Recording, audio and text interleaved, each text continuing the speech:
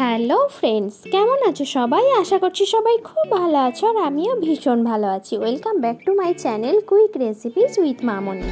আজকে আমি নিয়ে চলে এসেছি আবারও একটি স্ন্যাক্সের রেসিপি।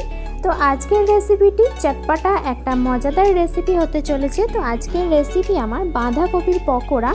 তো বেশি কথা না বাড়িয়ে চলো রেসিপিটি শুরু করা যাক। আর চ্যানেলে যদি নিউ হয়ে থাকো অবশ্যই কিন্তু চ্যানেলটা সাবস্ক্রাইব করে দিও আর পাশে থাকা বেল আইকনটিও প্রেস করে দিও আমার নতুন ভিডিওর আপডেট পেতে। তো এখানে দেখো আমি একটা বাঁধাকপি নিয়ে নিয়েছি। তো বাঁধাকপির 4 ভাগের 1 ভাগ আমি এখানে ব্যবহার করব। আর খুব ছোট্ট ছোট্ট করে কুচি কুচি করে কেটে নিয়ে খুব ভালো করে ধুয়ে নিয়ে আমি একটা পাত্রের মধ্যে নিয়ে নিয়েছি।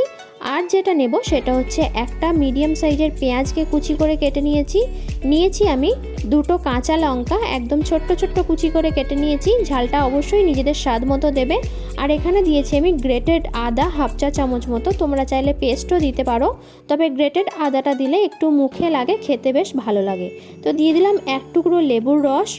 তো আর যেটা দেব সেটা হলো স্বাদ মতো লবণ, দেব সামান্য পরিমাণ চিনি। আর এই বাঁধাকপির পকোড়াটা অবশ্যই বাড়িতে একবার বানিয়েও, খেতে কিন্তু অসাধারণ লাগে। এই পদ্ধতিতে অবশ্যই করে আমাকে জানিও তোমাদের কেমন লেগেছে। তো দিয়ে দিলাম বেকিং সোডা হাফ চা চামচ। আর যেটা দেব সেটা হলো চাট মশলা, জিরে ধনে এবং শুকনো লঙ্কাকে কাঠখোলায় ভেজে এটা গুঁড়িয়ে নেওয়া মশলাটা। তো এবার যেটা করব সেটা কিন্তু ভীষণই ইম্পর্টেন্ট পকোড়ার জন্য। আমি কিন্তু এখানে কোনো রকম জল ব্যবহার করব না। তো এইভাবে চটকে চটকে পেঁয়াজ এবং বাঁধাকপিটা যতক্ষণ না নরম হয়ে আসছে ততক্ষণ কিন্তু খুব ভালো করে এগুলোকে মেশাতে হবে।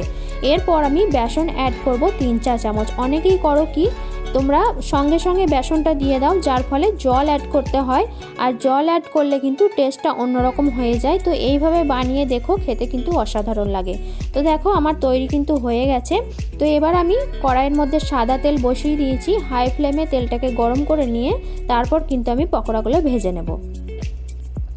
তো দেখো পকোড়াগুলো ভাজার সময় গ্যাসের ফ্লেমটা কিন্তু অবশ্যই মিডিয়াম টু লোতে রেখেই ভাজতে হবে, তাহলে কিন্তু ভীষণই ক্রিস্পি হয়। আর পুড়িয়ে ফেললে হবে না, মিডিয়াম টু লো ফ্লেমেই লাল লাল করে ভেজে নিতে হবে 2 পিঠ খুব ভালো করে। দেখো 1 পিঠ হয়ে গেছে, আমি উল্টে দিয়েছি। আর একটা দিকও খুব ভালো করে ভাজা হয়ে গেলেই তৈরি হয়ে যাবে বাঁধাকপির পকোড়া। তো অবশ্যই কিন্তু এটা একদিন ট্রাই করো আর আমাকে জানিও রেসিপিটি তোমাদের কেমন লেগেছে। তো আমি এখানে সার্ভ করেছি সস এবং কাসুন্দির সঙ্গে। তোমরা কিন্তু সন্ধ্যাবেলায় চা বা কফির সঙ্গে এরকম স্ন্যাক্স রেসিপি খুব সহজে অল্প উপকরণে খুব সহজেই বাড়িতে বানিয়ে নিতে পারো আর পরিবারের সকলের সঙ্গে মজা করে কাটাও সেই সন্ধ্যেটা।